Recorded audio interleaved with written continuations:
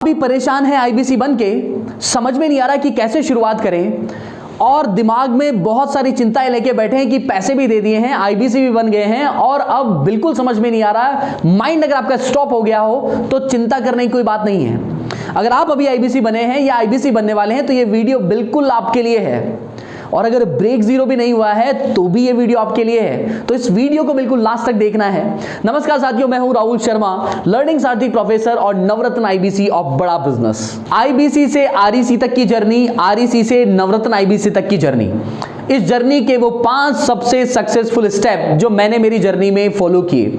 जब मैं बड़ा बिजनेस के अंदर आईबीसी बना तकरीबन 12 महीने पहले, और मैंने वो 5 ऐसे कौन से स्टेप मैंने फॉलो किए जिसकी वजह से आज ये नवरत्न का टैग मुझे मिला, वो पांचों के पांचों स्टेप मैं आज आपको बताने वाला हूं और बिल्कुल ध्यान से आपने सुनना है। सबसे पहला स्टेप, आप अगर अभी आईबीसी बने हैं या बनने वाले हैं तो पहला स्टेप डायरी में नोट कर लेना है, और वो ये है कि सबसे पहले आपको विजनरी होना पड़ेगा। जब भी आप पेमेंट कर चुके हैं, आप ऑनबोर्ड हो चुके हैं, अब आप इसमें काम करना चाह रहे हैं आईबीसी मॉडल के अंदर, तो सबसे पहले आपका विजन क्लियर होना चाहिए कि आप बड़ा बिजनेस का आईबीसी मॉडल आपने क्यों ज्वाइन किया है। क्योंकि जब विजन क्लियर होगा तभी आप सफलता तक पहुंच पाएंगे, तभी आप अपने टारगेट्स तक पहुंच पाएंगे।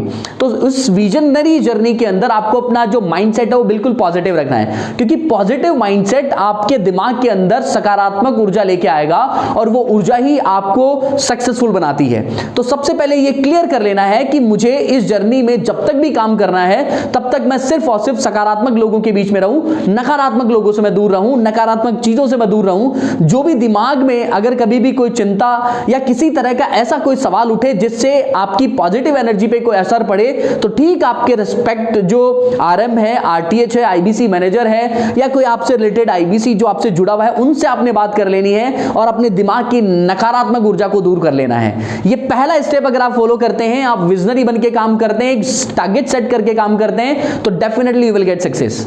दूसरा पॉइंट है कि जब आप इस जर्नी को शुरुआत करते हैं तो आपको जितने भी हमारे जो प्रोडक्ट है उन सभी प्रोडक्ट की नॉलेज होना आपको जरूरी है। सो सबसे पहले आपकी ट्रेनिंग भले अभी नहीं हुई हो या ट्रेनिंग हो भी गई हो, तो एक काम आपने करना, अपनी डायरी और पेन लेके आपने वो सारे प्रोडक्ट लिखने हैं जो सबसे ज्यादा मोस्ट सेलिंग प्रोडक्ट्स अपने हैं। For example business coaching program के बारे में उसके जितने भी की फीचर्स है वो आपको इंडिकेट करने हैं, उनको आपने ध्यान रखना, उनको बार बार आपने याद करना है। आप लाइफ टाइम मेंबरशिप के जितने भी की फीचर्स हैं उनको आपने याद कर लेना है। आईबीसी मॉडल के जितने भी जो फीचर्स हैं उनको आपने याद कर लेना है, और हमारे जो स्पेशलाइजेशन कोर्सेज हैं उनके बारे में भी आपने बिल्कुल नोट डाउन कर लेना है। बार बार उनकी प्रैक्टिस करनी है कि उनमें ऐसे कौन से फीचर्स हैं जो आपको किसी कस्टमर को बताने के लिए बेहद ज्यादा जरूरी है। क्योंकि जब प्रोडक्ट नॉलेज अच्छी होती है तब हमें कन्विक्शन आता है, हमें खुद पे कॉन्फिडेंस आता है। ऑन दैट टाइम जब आप सेल्स करेंगे, आप कॉल्स करेंगे, तब आपको बहुत पॉजिटिव फील होगा कस्टमर को बताने के लिए। तीसरा पॉइंट है आपको आपकी जो सॉफ्ट स्किल्स हैं उन्हें इंप्रूव करना पड़ेगा। आपको एक अच्छा प्रेजेंटर बनना पड़ेगा, बी ए गुड प्रेजेंटर। उसके लिए आपने क्या करना है, जैसे आप आईबीसी जर्नी को स्टार्ट करते हैं तो आप जो हमारी सेल्स स्क्रिप्ट है जो आपको आरएम, आरटीएच या कोई भी आपको देते हैं, उस सेल्स स्क्रिप्ट को या हमारे की फीचर्स को बार बार बोलना है। आपने कोशिश करनी है कि आप एक अच्छे वक्ता बने, क्योंकि जब एक अच्छे वक्ता बनेंगे तब आपके सामने किसी भी तरह का कोई भी क्लाइंट होगा तो आप उसे कॉन्फिडेंस के साथ में बता पाएंगे, और जब आप बताएंगे तो आपकी बातों का इंपैक्ट और बहुत ज्यादा आने लगेगा आपके कस्टमर के साथ में। क्योंकि एक कस्टमर चाहता है कि वो जिससे भी सुने अच्छा सुने, हर एक व्यक्ति यही चाहेगा। अगर आप ये इंप्रूवमेंट को अगर आप नहीं ले पाए तो हो सकता है कि दूसरे लोग जो इसी पे काम कर रहे हैं वो आपकी सेल्स को ले जाए। तो अगर आप चाहते हैं कि आपकी सेल्स आप तक बनी रहे तो आपको क्या करना पड़ेगा, एक अच्छा वक्ता बनना पड़ेगा। और एक अच्छा वक्ता बनने के लिए क्या करना चाहिए, आपको बार बार राइट प्रैक्टिस करनी पड़ेगी। देखिए, प्रैक्टिस तो बहुत सारे लोग करते हैं, लेकिन राइट प्रैक्टिस अगर आप करते हैं तो 100% आपकी जो स्किल्स है, आपकी वॉइस स्किल्स है, आपका वॉइस मॉड्यूलेशंस है, आपकी बॉडी लैंग्वेजेस में दिन रात आपके अंदर बदलाव आएंगे। इसके लिए आप अपने रूम में अपने मिरर के आगे या कॉल के ऊपर, वॉइस रिकॉर्डिंग के ऊपर बार बार प्रैक्टिस करिए, बार बार बोलिए, लोगों की कॉल रिकॉर्डिंग्स को सुनिए, लोगों की प्रेजेंटेशंस को देखिए। उनको देखने के बाद में अपने अंदर जो भी कमियां हैं उनको बिल्कुल रेगुलरली प्रैक्टिस के साथ में दूर करिए। उन कमियों को आप बिल्कुल निकाल फेंकिए। किए, और जब आप अच्छे वक्ता बन जाएंगे, आप प्रैक्टिस करेंगे, तो इसमें थोड़ा बहुत समय लग सकता है। देखिए, कामयाबी भी हम हाथों हाथ नहीं आती है। आपने बिल्कुल सही सुना होगा कि ताजमहल को बनने में भी 18 वर्ष लगे थे, है ना। और वैसे ये भी सुना होगा कि 2.5 दिन के अंदर झोपड़ा भी बना था। तो ऐसा है कि अगर ताजमहल तक का सफर आपने तय करना है तो समय लग सकता है। तो तकरीबन 100 दिन का समय बड़ा बिजनेस भी मांगता है आपसे। 100 दिन का समय अपनी स्किल्स को इंप्रूवमेंट करने के लिए आप दीजिए। तो जब आप अच्छे प्रेजेंटर बन जाएंगे, 100 दिन का समय आपने देना है खुद को निखारने के लिए। मैं इतना कह सकता हूं कि जब ये काम आप करने लगेंगे तो 100 दिन में बाद में आप अपने आप को नया पाएंगे।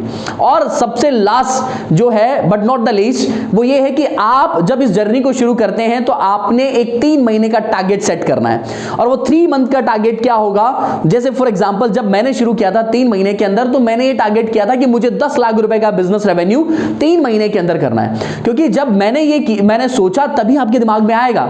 और आप ये बात भी मानते हैं कि विवेक बिंद्रा जी या फिर स्वामी विवेकानंद जी भी, वो भी ये कहते हैं कि वातावरण और सोच जो है आपके कर्म निर्धारित करती है। तो जैसा आप सोचेंगे, जितना टारगेट आप बनाएंगे, उसी टारगेट के अकॉर्डिंग आप काम कर पाएंगे। तो अपने दिमाग में सबसे पहले 3 महीने का टारगेट सेट करिए कि मुझे 10 लाख करना है। नवरत्न बनना चाहते हैं तो 15 लाख रुपए का बिजनेस करना है। आरईसी बनना चाहते हैं 7.5 लाख रुपए का बिजनेस करना है। या फिर एक सक्सेसफुल आईबीसी की जर्नी चाहते हैं, टीएमसी बनना चाहते हैं, तो आपको 5 लाख, 10 लाख, 20 लाख, 50 लाख या 1 करोड़ रुपए का रेवेन्यू करना है। उसके टारगेट को सेट करिए।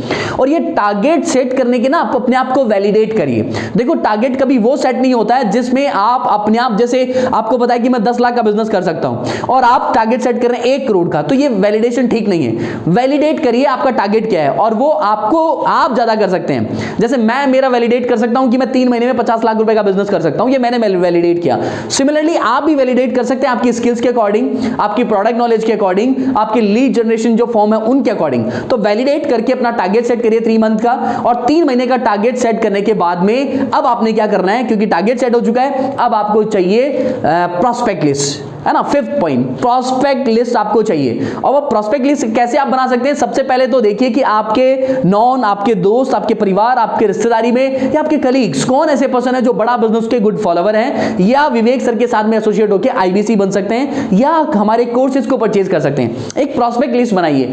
जो आपके जानकार है उनसे 50 लोग, 100 लोग, अपने बिजनेस के अकॉर्डिंग लिस्ट बनानी है। 100 लोगों की कम से कम एक लिस्ट बनानी है। उन 100 लोगों तक अप्रोच करना है और इस पर काम करना है। और काम करने के लिए क्या कर सकते हैं आप? काम करने के लिए अपने आरएम, अपने आरटीएच, अपने आईबीसी मैनेजर का सहारा ले सकते हैं। आपके साथ कुछ आईबीसीज अगर एसोसिएटेड हैं तो उन आईबीसीज का भी सहारा आप सेल्स में ले सकते हैं। और अगर आपके पास ये लिस्ट नहीं है तो भी चिंता करने की कोई बात नहीं है। हमारे पास सोशल मीडिया मार्केटिंग के थ्रू भी हम लोग लीड जनरेट कर सकते हैं। तो सोशल मीडिया मार्केटिंग के अंदर फेसबुक सबसे अच्छा टूल है एक नए आईबीसी के लिए, क्योंकि वहां पे आपका लीड कॉस्ट कम रहेगा, वॉल्यूम ज्यादा रहेगा, आपकी प्रैक्टिस भी बनेगी, आप एक अच्छे प्रेजेंटर बनेंगे और साथ ही साथ कन्वर्जन रेट भी ठीक रहता है। तो आप एक अच्छी सेल्स वहां से क्लोज कर सकते हैं। अगर आप ऑलरेडी बहुत अच्छे प्रेजेंटर हैं तो गूगल एड्स का सहारा ले सकते हैं, क्योंकि लीड काफी महंगी आती है। तो क्लोजर जब अच्छा होगा तभी रेवेन्यू बनेगा, और रेवेन्यू अच्छा बनेगा तो कमीशन अच्छा आएगा। तो ये 5 बातें एक बार फिर से रिपीट कर रहा हूं, बिल्कुल दिमाग में उतार लेनी है। सबसे पहले विजनरी होना जरूरी है, सेकंड प्रोडक्ट नॉलेज होना जरूरी है, थर्ड आपकी जो सॉफ्ट स्किल्स है, एक अच्छा प्रेजेंटर होना जरूरी है, फोर्थ आपको क्या चाहिए, आपका 3 महीने का टारगेट सेट होना चाहिए, और लास्ट जो 5th पॉइंट है वो है आपकी प्रॉस्पेक्ट लिस्ट रेडी होनी चाहिए।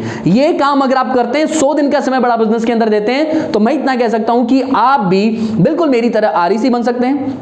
चाहे वॉल ऑफ फेम हो या कोई भी टारगेट हो वो अचीव कर सकते हैं, और साथ में नवरत्ना बन सकते हैं। अगर आपको ये वीडियो पसंद आया है, मेरी इसी तरह की लर्निंग अगर आप रेगुलर लेते रहना चाहते हैं, तो इस वीडियो को लाइक करिए, अपने जो नॉन पर्सन है उनके साथ में शेयर करिए, मेरे चैनल को सब्सक्राइब करिए, बेल बटन को प्रेस करके रखिए ताकि अगली वीडियो आपको मिले। और आपने इस वीडियो को अंत तक देखा उसके लिए तहे दिल से आप सभी का प्रेम पूर्वक बहुत बहुत धन्यवाद।